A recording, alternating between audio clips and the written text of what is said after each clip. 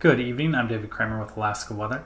As always, please visit our website, weather.gov/Alaska. You can check out any watches, warnings, or advisories that we might have out for your state or your local forecaster. That means you can also call our weather info line, 1-800-472-0391. You can updates to the forecaster. That means as well. And you can email me at the address at the bottom of the screen, david.kramer@noaa.gov. Starting off, we do not have any warnings or advisories out at the moment, but we do actually have a special weather statement out. This is for elevated water for the Chukchi Sea coastline, and this is going to be starting today through Saturday. We are going to have some stronger northwest winds, 15 to 20 miles per hour, and that's going to continue to push water levels up to 1 to 3 feet above normal high tide across much of that coastline along the Chukchi Sea. So if you have any possessions that are near the normal high tide line, we suggest moving those so that they don't get any kind of trouble with that high tide coming in. Again, this is going to be from today through Saturday along the Chukchi Sea coastline. Elevated water levels are expected. Taking a look at some of the snowfall that we've had throughout the state, we'll start up in the interior where we had quite a bit of snow, anywhere from the Fairbanks at 4 inches up to as high as 10.9 inches for Robertson River. These are all reports as of earlier this morning, with the exception of Tok, which came in around 8 p.m. last night, 8.5 inches there at Tok last night. So other places we saw at North Pole get up to 5 inches, Circle Hot Springs 6.6, another one that's fairly high at Eagle 10.5 inches. So these are a lot of the snowfall amounts that we did have around the interior. However, we did also have some snow around the south central area. So here's some of the snowfall amounts that we have there. These are all submitted by spotters that we have in the area. If you notice some of the low-lying areas like western Anchorage, not seeing very much, well below 1 inch, only 0.3. But as we get up into higher elevations, we're going to start to see quite a bit of increase in the snow amounts that fell, as we did have the rain hang on at the lower elevations for quite some time. But as we got up to places like Highland Drive and Eagle River, we saw up to as high as 14.1 inches, and Sutton a little bit higher there as well, anywhere between 4 and 6 inches. So again, these are from spotter reports that we got from the public and viewers like you. So if you see any weather phenomenon that you would like to report, feel free to bring those to our attention. You can email me. You can go to our website, weather.gov/Alaska. You can also find us on Facebook or Twitter and submit any photos or just information about how much snow or rain or any other weather phenomenon that you have to report. We encourage that and like to use them in posts like this one, where we can let the public know what kind of information that we've had coming in from the most recent weather patterns that we've seen. Also in South Central, we're looking at the outlook moving into the weekend. Going to start to get a lot colder in South Central Alaska, as well as other places in the state, but for now we're going to focus on South Central and Anchorage. Especially notice these highs as we move from Wednesday through Saturday, where the low on Wednesday is going to be right around 17 degrees, and the low by Friday is all the way down to 4 degrees, where the high will only be up to 22. Similarly on Saturday, that low dropping down to 4 degrees. Talkeetna going to get cold as well, with lows on Wednesday down to 11 degrees. By the time we get to Friday, lows down to 1 degree above zero. Valdez getting colder, but it's still going to be quite a bit warmer than the other two locations. 24 for that low on Wednesday, getting down to 18 for the low as we move into Saturday. For our rainfall records in southeast Alaska, so while we had the interior and south central see quite a bit of snow, in southeast stayed with a lot of rain, which also set some records in the area. Here are 5 of them on the screen for you. Some of these go back to as far as 1976 for that record, but some of these really did a lot more rain than what we had seen before, whereas in the Juneau Douglas area we had it doubling the amount from the previous record set in 2013, from 1.14 inches all the way up to 2.53. And at Klawock Airport we also more than doubled that amount. 1.70 was the old one, and then we got up to 3.6 inches. So quite a bit of precipitation throughout the state, with a lot more rain in southeast and snow through much of the mainland. Take a look now at our satellite imagery. We have a low pressure system out over the western part of the Bering Sea with its front moving into the area, bringing some rain to the western Bering and Aleutian Islands. As we look out over the south central area, we can see a low that's pushing in towards the Prince William Sound area, brings some cloud cover and precipitation to that area as well. As we look up along the Arctic coastline, we can see some of the colder air coming in from the cold front, bringing some showers and snow to the area up there. And then you can see, if we notice, some of the higher clouds by the southern portions of the Panhandle, but then some of the lower clouds as we get to northern locations, bringing in some precipitation to the Panhandle as well. Taking a look at our weather for the remainder of the day, we'll start off with our system out over the western portion of the Bering Sea, with that front draped through the western Bering down into the southern Bering and across the central Aleutian Islands, bringing rain to central Aleutians as well as the western Aleutians. Some lighter showers at ahead of that system for the eastern Aleutians and Alaska Peninsula. And as we move up the west coast, we're going to see that rain transition to a rain-snow mix for the YK Delta area, and then snow by the time we get to the Northern Sound area, and the going to continue to see snow up along the west coast and along much of the Arctic coastline, as well as we have our cold front pushing in, helping to bring those northwest winds that are going to bring that elevated surf to the Chukchi Sea coastline. Down in the interior southern location is going to see some snow, and then some snow in the Alaska range, but as we get into south central Alaska, expecting things to be fairly dry. But with our low out by the Prince William Sound area, some rain along the North Gulf coastline from the Cordova area east, transitioning to snow in the coastal ranges. We're going to see some rain throughout the Panhandle area, starting to transition to rain-snow mix as we move further to the north. As we move into tonight, going to continue to see some lingering rain in the northern locations of the Panhandle that transitions over to snow as we get closer towards Lynn Canal and up by the Haines and Skagway area. Some snow along much of the North Gulf coastline until we get closer towards Prince William Sound, but then much of south central and interior are going to be fairly dry, with some snow lingering in the Alaska range and lightly in the southern portions of the interior. Front pushing into the Arctic coastline, going to bring some snow to the north slope, and then down into the Kotzebue Sound area as well. Some more snow in the Northern Sound area, and then a mix of rain and snow for the YK Delta. Some lighter rain throughout the Alaska Peninsula, but our front pushing through the Bering is going to bring some rain to the Pribilof Islands as well as the eastern Aleutians, with light rain behind the front. As we move into Wednesday, some rain lingering throughout the Bering Sea, but we do have another system coming up from the south that's going to bring a little bit heavier rain to the western Aleutian Islands. As we look out over mainland Alaska, south central Alaska should be fairly dry, but we will see some snows get up into the Alaska range, and as we push further to the west towards the YK Delta area. Also some snow in the Kotzebue Sound area, and then a snow and fog mix as we get up along the Arctic coast, with our exiting front out to the east and a new trough coming in from the west. Down in the Panhandle area, some rain is going to linger through much of the area, and once again transitioning over to snow as we get to the areas further to the north. Finally, on Thursday, southern areas starting to dry out for the Panhandle, but still seeing a mix of rain and snow for northern locations. As we move over mainland Alaska, south central interior and the southwest all expected to be fairly dry, but we will see some snow from the Northern Sound area up the west coast and to western portions of the Arctic coastline, with areas of fog along the eastern portions of the coast. Down in the Bering Sea and Aleutian Islands, we have our larger system moving towards the central Aleutians, with its front pushing into the southern Bering, bringing widespread rain throughout the Pribilof Islands area, throughout all of the Aleutians and the Alaska Peninsula. Taking a look now at our temperatures, starting with lows on Wednesday morning, out over the Aleutian Islands, dropping down to right around 40 degrees, mid-30s for the Alaska Peninsula, mid-20s for southwest Alaska, dropping down into the teens as we move into the interior, and places in the Brooks Range dropping down below zero, with Arctic Village going all the way down to -5. For the Seward Peninsula area, in the mid-20s are expected, and then 20s for western locations of the Arctic coast, and in the teens for the east. South central Alaska primarily in the 20s, colder as we get more into the interior locations, and then into the 30s for much of the Panhandle area, a little bit warmer as we get closer towards the Gulf of Alaska. Wednesday, highs getting up into the 40s for the Panhandle area, into the 30s for much of South Central, into the 20s for much of the interior, again colder further to the north, up along the Arctic coastline into the mid-20s, into the 30s for the Seward Peninsula area, and mid to upper 30s for the southwestern portions of the state, mid-40s to upper 40s for the Alaska Peninsula through Aleutian Islands.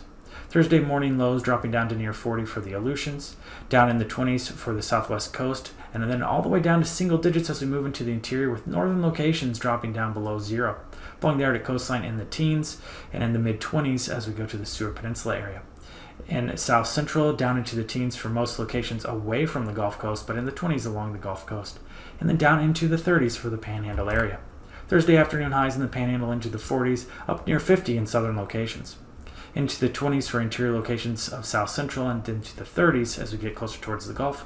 In the teens for the interior, into the 20s for the western locations of the Arctic coast, Near 30 for the Seward Peninsula area, in the 30s for southwest Alaska, and in the 40s for the Aleutian Island, Alaska Peninsula, with St. Paul getting up to 41 degrees on Thursday afternoon. And now, aviation weather around Alaska. For aviation, we'll start off with a look at our flying weather on Wednesday morning.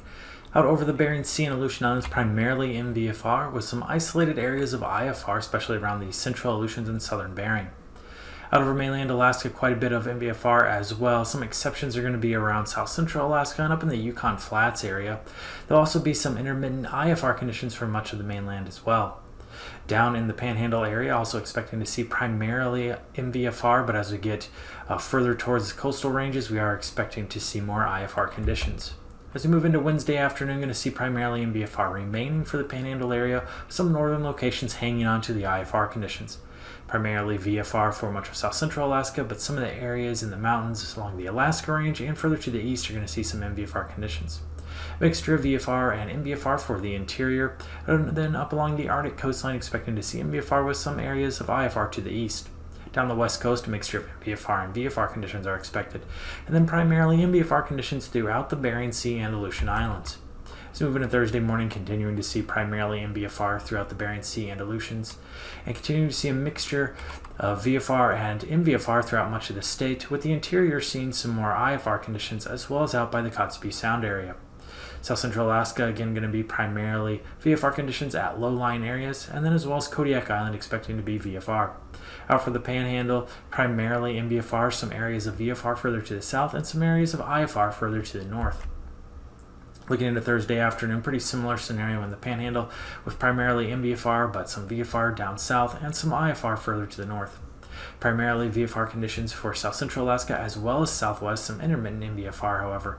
Mixture of VFR and MVFR throughout the interior and pushing out towards the Seward Peninsula area, and then similarly along the Arctic coastline. However, the western Brooks Range going to see some IFR mixed in. Down through the Bering Sea and Aleutian Islands, expecting to see primarily MVFR conditions with some IFR approaching the eastern Aleutians. As you look at the passes starting up north at Anaktuvik, MVFR conditions in the morning dropping down to IFR conditions in the afternoon. Adigan should be IFR all day on Wednesday. Lake Clark and Merrill will both start off marginal and then improve to VFR conditions in the afternoon. Rainy Pass starting off IFR, improving to MVFR in the afternoon.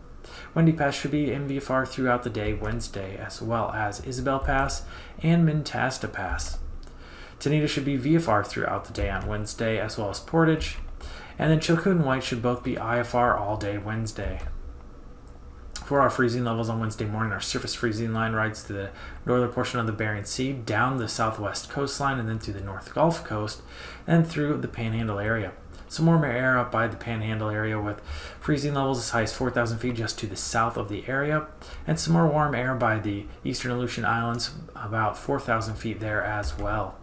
Taking a look at our icing for Wednesday, up along the Arctic coastline, expecting to see some icing below 7,000 feet.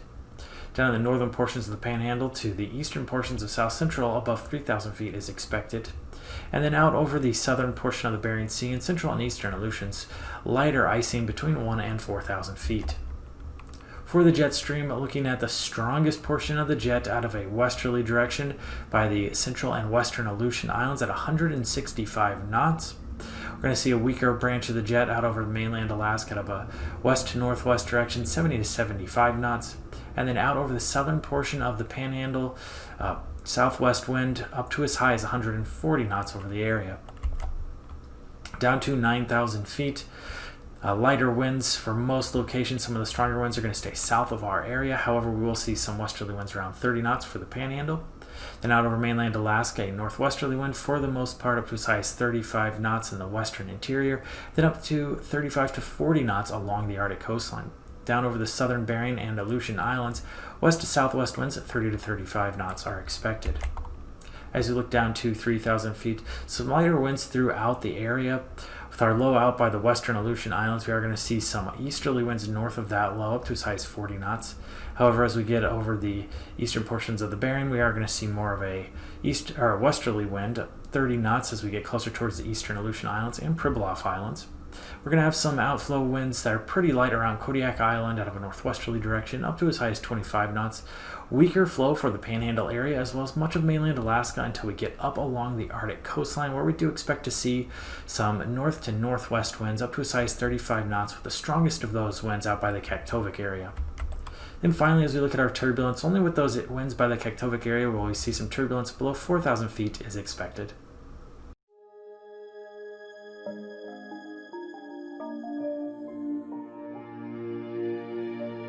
Just as the sun is part of weather on Earth, it also affects weather in space. The sun creates solar wind by steadily releasing a flow of plasma particles in all directions around it. Sometimes the sun gives off a flash of light and X-rays. This is known as a solar flare. When massive bursts of particles explode into space, we call it a coronal mass ejection, or CME. When a CME is directed toward Earth, it hits the magnetosphere, the magnetic field around our planet that protects us. If the storm is large, we may even get to enjoy a light display in the sky called the auroras. In space, satellites may be damaged, and astronauts should take cover. On Earth, people do not feel any physical effects. We may lose electricity in some areas, polar flights may be rerouted, and satellite services may be disrupted. While these situations aren't ideal, they are rare and fixable. This is why we will continue to study the sun and its interactions with Earth and the solar system.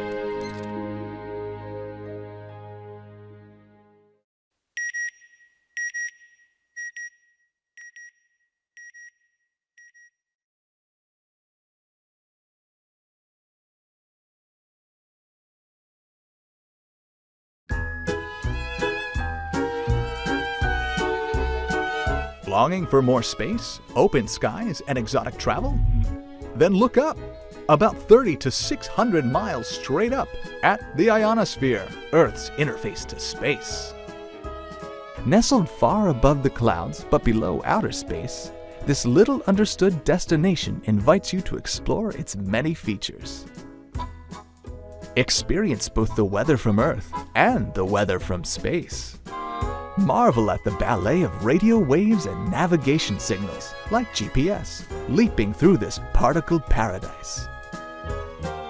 Sit back, relax, and take in the aurora, some satellites, and the International Space Station as they sail by. And you'll want your camera handy for one of the region's signature features, bright and colorful air glow. This daily show is made possible by the ionosphere's own swarming charged particles, because that's what the ionosphere is. It's all charged particles. During the day, enjoy the sea of particles, freshly energized by the sun. As the sun sets, this particle party relaxes and the air glow thins. Our quieter nightlife lets you gaze into clearer skies. The ionosphere is in constant motion, an amazing effect of space weather. Don't miss when solar storms rain down.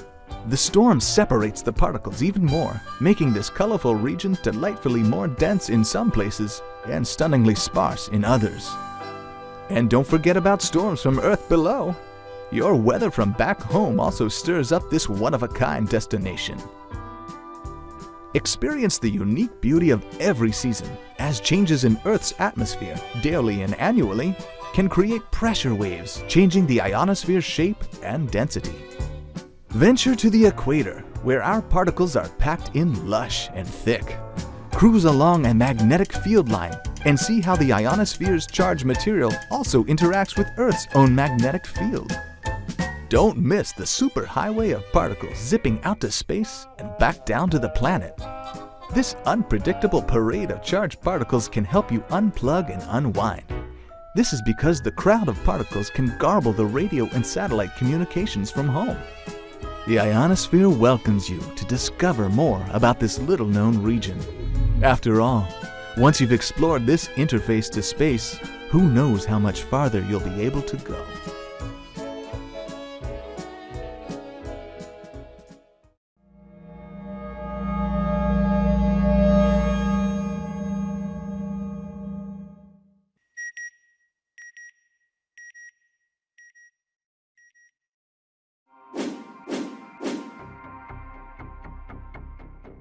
When a star, bigger and more massive than the Sun, runs out of fuel at the end of its life, Its core collapses while the outer layers are blown off in a supernova explosion. What's left behind depends on the star's original mass. A star roughly 10 to 20 times our Sun leaves behind a neutron star. A more massive star becomes a black hole. Unlike black holes, neutron stars are directly observable, usually as pulsars, the lighthouses of the cosmos. Discovered 50 years ago, they are the densest observable objects in the universe. Neutron stars compress up to twice the Sun's mass into a city-sized sphere. Matter is packed so tightly that a teaspoon of neutron star interior would weigh more than 1 billion tons on Earth. Still, the nature of the ultra-dense matter in the cores of neutron stars is unknown. Because neutron stars pack so much mass into such a tiny volume, they produce gravity strong enough to bend the light they emit, distorting their appearance in a way that enables the mass and size of the star to be measured. Scientists cannot reproduce the extreme conditions in and around neutron stars on Earth. They must look into the galaxy to answer decades-old questions about extreme matter and gravity. NASA's Neutron Star Interior Composition Explorer mission, or NISA, will make X-ray observations of neutron stars from its perch on the International Space Station. It will give astronomers more insight into these mysterious objects, helping determine what is under their surface. A multi-purpose mission, NISA includes a technology demonstration called Sextant. It will analyze NISA's observations to validate the use of rapidly rotating neutron stars as navigation beacons for travel in deep space throughout the solar system and beyond.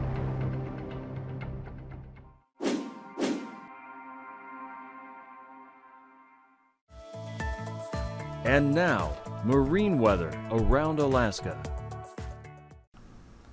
Welcome back for the marine section. We'll start off with a look at our ice edge. We do have ice along much of the Arctic coastline, down much of the Chukchi Sea coastline, some in the eastern portions of the Kotzebue Sound area, and northeastern portions of the Norton Sound area. However, as we noticed with the northwest winds coming in, and we're going to see some of the high surf along much of the Chukchi Sea coastline, that's also going to bring in some colder air as we move through the rest of this week, resulting in the ice edge expecting to expand and move a little bit further to the south as well. Taking a look now in southeast Alaska for Wednesday, all week winds 10 knots or lower, seas up to as high as 8 feet out over the Gulf and 2 feet in the inside waters. As we move into Thursday, things picking up a little bit out over the Gulf, westerly winds 15 knots, seas up to as high as 6 feet, still weak winds in the inside waters until we get up towards Lynn Canal where we have southerly winds of 15 knots. For south central Alaska on Wednesday, weaker winds in the northern part of the Gulf, picking up a little bit as we get by the Barren Islands where we're seeing northwest winds 25 knots on both sides of the islands, and then in Cook Inlet area, north to northeast winds, 15 knots expected, and 15 knots out of the north for Prince William Sound. As we move into Thursday, continuing to see north winds, 15 knots for Prince William Sound area, still light over the northern portions of the Gulf, and around 20 knots out of a north to northwesterly direction around the Barren Islands, and then in Cook Inlet, northerly winds, 10 knots expected. On Wednesday for the Alaska Peninsula and Kodiak Island area, around Kodiak Island, west to northwest winds, 20 knots, dropping down to 15 knots as we move further to the west, staying out of a north to northwest direction, and then weaker winds as we get closer towards the Sand Point area, around 10 knots there, and 15 knots nearest Cold Bay out of a southeasterly direction. As we move into Thursday, things picking up for the western portions of the Alaska Peninsula, east to southeast winds around 30 knots, seas up to as high as 7 feet, highest on the Pacific side. In the Bristol Bay area, easterly winds 15 knots expected. South of Kodiak Island, west to southwest winds 15 to 20 knots, and then in Shelikof Strait, easterly winds 10 knots expected. As we look out over the Aleutian Islands on Wednesday, eastern Aleutians, southerly winds 15 to 20 knots. Then west to southwest winds 15 knots for the central Aleutians, becoming east to southeast by the western Aleutian Islands around 15 knots, seas up to as high as 7 feet. On Thursday, things picking up quite a bit for the Aleutian Islands, starting off in the western Aleutians. Northerly winds 35 to 45 knots, seas up to as high as 21 feet out there for the central Aleutian Islands. East-northeast winds 40 to 45 knots, seas up to as high as 23 feet on the Pacific side. And then out by the eastern Aleutian Islands, east to southeast winds 30 to 35 knots expected. Along the west coast of the state, northeasterly winds are expected 10 knots around Nunavik Island, 15 to 20 knots as we move further to the north in Norton Sound and near St. Lawrence Island. Northeasterly winds 20 knots for St. Matthew Island, and southeast winds 20 knots for the Pribilof Islands. As we move into Thursday, in the Norton Sound area, northeast winds 15 knots expected. Northerly winds 15 knots by St. Lawrence Island. East to northeast winds around Nunavik Island around 25 knots. Northeast winds 30 knots by St. Matthew Island. And easterly winds at 30 knots by the Pribilof Islands. Seas up to as high as 8 feet, highest as we move further to the west. Along the Arctic coastline, west to northwest winds 20 to 25 knots expected. Staying out of the northwest down the west coast 20 to 25 knots. And then northeasterly winds 20 knots south of the strait. As we move into Thursday, southwest winds along much of the Arctic coastline 20 to 25 knots, out of the west 20 knots along much of the Chukchi Sea coastline, and then becoming northerly 15 knots near the strait. As we look at our recap of weather for tonight, we have a frontal system moving through the Bering Sea and Aleutian Islands, bringing rain throughout the Bering Sea and Aleutians. Out over mainland Alaska, south central should stay fairly dry, but along the west coast, especially southwest coast, a mixture of rain and snow expected, changing over to all snow for the Norton Sound area, and then up through much of the remainder of the west coast and Arctic coastline. So we have our frontal system pushing through the Arctic coast. We do expect those northwest winds, bringing some elevated surf to the Chukchi Sea coastline for the next couple days. Down in the Gulf of Alaska, low pressure is bringing some rain to areas from Kodiak to the east, and then it's snow in much of the coastal mountains. Down in the Panhandle area, central areas, you're going to see some rain and snow as we get further to the north. As we move into Wednesday, some lingering rain showers for much of the Panhandle, once again transition to snow in more northern locations. As we look into the mainland part of the state, the Alaska range will see some snow, and that snow is going to extend further to the west out over the YK Delta area. Also going to see some snow in the Kotzebue Sound area and up along the Arctic coastline, where we'll start to see a mixture of fog in there as well. Out over the Bering Sea, some lighter rain is expected from low pressure out there, but a stronger system is moving towards the western Aleutians, bringing some heavier rain to the area. As we move into Thursday, that system is going to push in over the central Aleutian Islands with this front through the southern portion of the Bering Sea, bringing some heavier rain to the Pribilof Islands as well as all the Aleutians and Alaska Peninsula. Much of mainland Alaska should stay dry except for the northwest portions where we'll see some snow. These forecasts are for planning purposes only. Call 1-800-WX-BRIEF for a formal pre-flight briefing. Always file a flight plan before you go flying. The U.S. Coast Guard Auxiliary urges you to leave a float plan with a friend or the harbor master before you go boating.